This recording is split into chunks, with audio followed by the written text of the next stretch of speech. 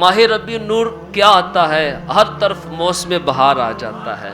بچہ ہو، بوڑھا ہو، جوان ہو، کس عمر سے تعلق رکھنے والا ہو، گویا کہ ہر حقیقی مسلمان زبان حال سے یہ پکار اٹھتا ہے، نثار تیری چہل پہل پل، ہزار عید ربیع الاول، نثار تیری چہل پہل پر ہزار عید ربیع الاول، سوائے ابلیس کے جہاں میں سبھی تو خوشیاں منا رہے ہیں.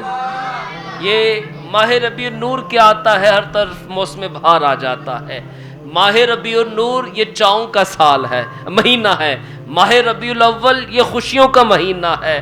ماہ ربیع الاول وہ ہے کہ جس میں حضرت بی بی آمینہ کے مکان عالی شان سے ایسا نور چمکا، ایسا نور چمکا جس نے پوری دنیا کو جگمگ جگمگ جگمگ کر کے رکھ دیا. کفر و شرک کے اندھیرے چھٹ گئے. وہ ہزاروں سینکڑوں ہوتی ہے، وہ لاکھوں سر اللہ وحدہ لا شریک کے آگے جھکنے والے ہو جاتے ہیں. اللہ اکبر. تو آمد مصطفیٰ کے مہینے میں خوشیاں منانا، گھر گلیاں محلے سجانا، میلاد شریف کی محفلیں سجانا، اس خوشی میں لنگر کرنا، کھانا تقسیم کرنا، یہ بڑی سعادت کی بات ہے، یہ خوش نصیبوں کا حصہ ہے. اللہ اکبر. تو آج آپ کے سامنے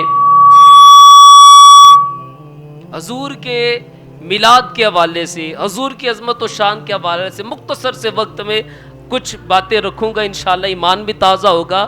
وگرنہ ذکر مصطفیٰ وہ ہے کہ محبوب بڑے آئے، دلدار بڑے دیکھے، جو دیکھے ان کے قدموں میں پڑے دیکھے. محبوب کی مدحت میں ہے تاب سخن کس کو، ارے سب اہل سخن میں نے حیرت میں گڑے دیکھے. اللہ اکبر. تو یہ وہ عنوان ہے، یہ وہ سخن ہے جو جس کا سخن نہیں، جس کا بیان کوئی نہیں ہے. اللہ اکبر. تو ابتدا کے اندر میں نے پارہ 4 سورہ آل عمران کی آیت نمبر 164 تلاوت کی. اس آیت مبارکہ میں نبی پاک علیہ الصلوۃ والسلام کی دنیا میں تشریف آوری کا بیان ہے. آپ علیہ الصلوۃ والسلام کے فضائل و مناقب کا بیان ہے. آپ علیہ السلام دنیا میں تشریف لائے، رسول بن کر آئے، ایمان دینے والے آئے، قرآن سکھانے آئے، علم و حکمت بتانے آئے، دلوں کو چمکانے آئے اور بھٹکی ہوئی انسانیت کو حق کا راستہ بتانے کے لیے تشریف لائے. یہ سب باتیں اسی آیت کریمہ کے اندر موجود ہیں. تو اب ذرا غور فرمائیے، ہم جب میلاد مناتے ہیں، میلاد مصطفیٰ کی محفل سجاتے ہیں، اجتماع میلاد کرتے ہیں، تو اس میں کیا ہوتا ہے؟ آج ہم میلاد کے لیے جمع ہوئے نا، حضور کی محفل میلاد کے لیے. تو بھائی ہم نے کیا کیا؟ سب سے پہلے نماز عشاء ہم نے باجماعت ادا کی. نماز عشاء کے بعد تلاوت کلام پاک ہوئی، نعت مصطفیٰ صلی اللہ علیہ وسلم پڑھی گئی. تو اب حضور علیہ السلام کا ذکر خیر کر رہے ہیں، تو تلاوت ہوتی ہے، نعتیں پڑھتے ہیں، پیارے آقا علیہ السلام کی ولادت باسعادت کا بیان ہوتا ہے، آپ کے معجزات کا بیان ہوتا ہے، آپ کے فضائل و مناقب کا بیان ہوتا ہے. یعنی وہی باتیں جو قرآن و حدیث میں ذکر ہوئی وہی باتیں بیان ہوتی ہیں. تو لہٰذا ثابت ہوا کہ میلاد منانے میں کوئی حرج نہیں ہے، یہ سعادت والا کام ہے. اللہ پاک ہمیں جوش و خروش کے ساتھ اور ذوق و شوق کے ساتھ میلاد کی خوشیاں منانے کی توفیق عطا فرمائے. اللہ اکبر، اللہ اکبر. قربان جائیے آمینہ کے لال صلی اللہ تعالی علیہ وسلم کی عظمت و شان پر. ہمارے پیارے آقا صلی اللہ تعالی علیہ وسلم مخلوق میں سب سے افضل و اعلیٰ ہیں. الحمدللہ قرآن مجید میں کل 7000 مقامات پر آپ علیہ الصلوۃ والسلام کا واضح لفظوں میں ذکر پاک آیا ہے. قرآن کریم میں آپ علیہ الصلوۃ والسلام کے مبارک ناموں کا ذکر ہے، آپ علیہ الصلوۃ والسلام کی جائے ولادت کا ذکر ہے، آپ علیہ الصلوۃ والسلام کے مبارک عزا کا ذکر ہے، آپ علیہ الصلوۃ والسلام کی صفات کا ذکر قرآن میں ہے، آپ کے فضائل کا ذکر قرآن کے اندر ہے. اور الحمدللہ قرآن پاک میں 2-4 مقامات نہیں بلکہ ایک محتاط اندازے کے مطابق کل 27 مقامات میں قرآن مجید کے اندر حضور کے میلاد کا ذکر آیا ہے. 27 مقام پر نبی پاک علیہ الصلوۃ والسلام کے میلاد مبارکہ کا ذکر پاک ہے. تو ابھی ہم نے پڑھا لقد من اللہ علی المؤمنین اذ بعث فیہم رسولا. لقد، یہ اس کے اوپر جو لام ہے، لام کا معنی ہے ضرور. ٹھیک ہے. اور قد کا معنی ہے تحقیق. لقد لام کا معنی ہے ضرور, قد کا معنی ہے تحقیق, بے شک. عربی میں جب کسی بات کو پختہ کر کے تاکید کے ساتھ بیان کرنا ہوتا تھا تو یہ لفظ استعمال کرتے ہیں. تو اس کا مطلب یہ ہے کہ اب آگے جو بات بیان ہونے والی ہے وہ بات کوئی معمولی نہیں ہے, وہ بات کوئی ایسی نہیں ہے, معمولی نہیں ہے. اللہ اکبر, وہ بات بڑی اہمیت کی حامل ہے. لقد ضرور, تحقیق, من اللہ علی المؤمنین, اللہ نے ایمان والوں پر بڑا احسان فرمایا. اب یہاں پر دو باتیں.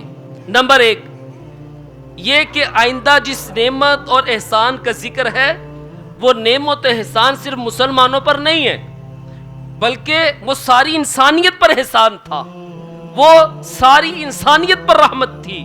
لیکن چونکہ اللہ کریم کے اس فضل و احسان کو ماننے اور اس پر صرف شکر کرنے والے مسلمان ہی ہیں, اس لیے رب تبارک و تعالیٰ نے فرمایا کہ مسلمانوں پر احسان فرمایا. اور دوسری بات یہ ہے کہ بغیر محنت اور بلا معاوضہ محض احسان کے طور پر جو انعام کیا جائے نا, بلا معاوضہ بغیر کسی بدلے کے, تو اس کو عربی کے اندر من کہتے ہیں. ٹھیک ہے. اب حضور علیہ السلام کی ذات گرامی ہمیں ملی, یعنی ہم اس لائق نہ تھے کہ ہم پر احسان کیا جاتا, مگر رب قدیر نے محض اپنے فضل عظیم سے ہم پر احسان فرمایا. کیا ہم اس احسان کے حقدار ہیں؟ کیا ہمارے اعمال تھے ایسے, یا کیا خصوصیت تھی ہمارے اندر کہ ہم پر یہ احسان کیا جاتا؟ تو مننا عربی کے اندر اس احسان کو کہتے ہیں جو بلا معاوضہ کسی پر کی جاتی ہے, کیا جاتا ہے, وہ رحمت جو بغیر عوض کے کسی پر کی جاتی ہے. اب ہم پر رب تعالیٰ نے احسان فرمایا. لقد من اللہ علی المؤمنین, اللہ کریم نے مومنوں پر احسان فرمایا. اب احسان کیا ہے اس کو اللہ تعالیٰ آگے بیان فرماتا ہے. اذ بعث فیہم رسولا من انفسہم, وہ احسان کیا ہے کہ اللہ نے ان میں اپنا رسول مبعوث فرمایا ہے, انہیں اپنا رسول عطا فرمایا ہے. اپنے رسول جو ہے وہ ان کو عطا فرما دیے ہیں. یہ احسان اللہ تعالیٰ نے فرمایا.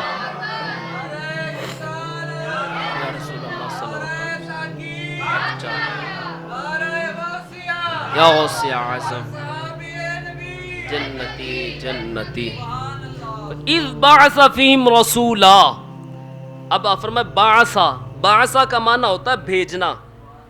بعثا معنی کا کیا ہے اس کا؟ بھیجنا. اور میاں بھیجا اس کو جاتا جو پہلے سے موجود ہو.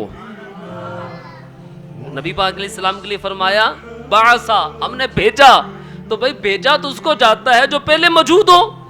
قرآن کریم میں میرے آپ کے اور تمام انسانوں میں کے آنے کا دنیا کے اندر جو ذکر ہے موجود ہے, مگر لفظ کیا رب تعالیٰ استعمال فرماتا ہے؟ خلق الانسان, ہم نے انسان کو پیدا کیا. لیکن جب محبوب کریم کی باری آئی وہاں خلقہ کا لفظ استعمال نہیں فرمایا, فرمایا بعثا. میرا اور آپ کا ذکر آیا تو فرمایا خلقہ. محبوب کریم کی باری آئی تو خلقہ نہیں فرمایا, فرمایا بعثا. یعنی ہمارے اور عام انسانوں کے لیے لفظ استعمال ہوا خلقہ, اس کا معنی ہے پیدا کرنا. نبی پاک علیہ الصلوۃ والسلام کے لیے لفظ استعمال ہوا بعثا, اس کا معنی ہوتا ہے بھیجنا. دنیا میں ہم بھی آئے, دنیا میں محبوب کریم علیہ الصلوۃ والسلام بھی تشریف لائے. پہلے یہ لفظوں کا فرق کیوں ہے؟ اس لیے کہ آنا ان کا اور ہے, ہمارا آنا اور ہے. وہ آئے ہدایت دینے کے لیے ہیں, ہم آئے ہدایت لینے کے لیے ہیں. وہ آئے ایمان دینے کے لیے ہیں, ہم آئے ایمان لینے کے لیے ہیں. وہ آئے قرآن سکھانے کے لیے ہیں, ہم آئے قرآن سیکھنے کے لیے ہیں. وہ رب کریم کی اعلیٰ ترین نعمت جو بطور تحفہ اور بطور احسان ہم کو عطا فرمائی وہ ذات مصطفیٰ صلی اللہ علیہ وسلم, وہ رسول کریم صلی اللہ تعالی علیہ وسلم کی ذات گرامی ہے. مرحبا. مفتی احمد یار خان نائمی رحمۃ اللہ تعالی علیہ اس مقام پر فرماتے ہیں کہ آپ کا دنیا میں آنا ایسے ہے جیسے کسی حاکم کا ایک جگہ سے دوسری جگہ تبادلہ ہو کر آتا ہے. اس کا مطلب یہ نہیں ہوگا کہ اس افسر کی تخلیق ہی اب ہوئی ہے, بلکہ وہ پہلے موجود تو تھے مگر اب صرف جگہ کی تبدیلی ہوئی ہے. ایسے ہی بلا تمثیل اول و آخر نبی رسول ہاشمی صلی اللہ علیہ وسلم کے نور مبارکہ کی تخلیق ساری مخلوق سے پہلے ہو چکی تھی. دنیا میں آنے سے پہلے آپ عالم ارواح میں رسول تھے, سارے نبیوں کو فیض دے رہے تھے. گویا اس وقت آپ عالم ارواح میں رہ کر انبیاء کرام علیہ الصلوۃ والسلام کے واسطے سے دنیا کو اپنے انوار و تجلیات سے نواز رہے تھے. اب آپ خود دنیا میں تشریف لائے اور بلا واسطہ دنیا کو نوازنا شروع فرما دیا. اور اس کے بعد فرمایا یتلو علیہم آیاتہ ویزکیہم, وہ ان کے سامنے اللہ کی آیتیں تلاوت فرماتے ہیں اور انہیں پاک کرتے ہیں. محبوب پاک دنیا میں کیوں تشریف لائے؟ اس کے چند مقاصد ہیں. نمبر 1, آپ اس لیے تشریف لائے تاکہ اللہ پاک کی آیات مومنوں کو پڑھ کر سنائیں. نمبر 2, آپ اس لیے تشریف لائے تاکہ لوگوں کو برے عقائد سے, برے اعمال سے, برے اخلاق سے, برے کردار سے, برے نظریات سے, غرض کے ہر طرح کی گندگی سے پاک صاف کر کے ان کے دلوں کو روشن روشن اور چمکدار بنا دیں. یہ آپ کے آنے کا مقصد. اور مزید فرمایا وَيُعَلِّمُهُمُ الْكِتَابَ وَالْحِكْمَةَ, اور انہیں کتاب اور حکمت کی تعلیم دیتا ہے. تو اس جگہ کتاب سے مراد قرآن کریم اور حکمت کا ایک معنی ہے سنت و حدیث. مطلب یہ کہ محبوب پاک علیہ الصلوۃ والسلام لوگوں کو اللہ کی کتاب سکھانے, حدیثیں بتانے, اپنی سنت سکھانے کے لیے تشریف لائے ہیں.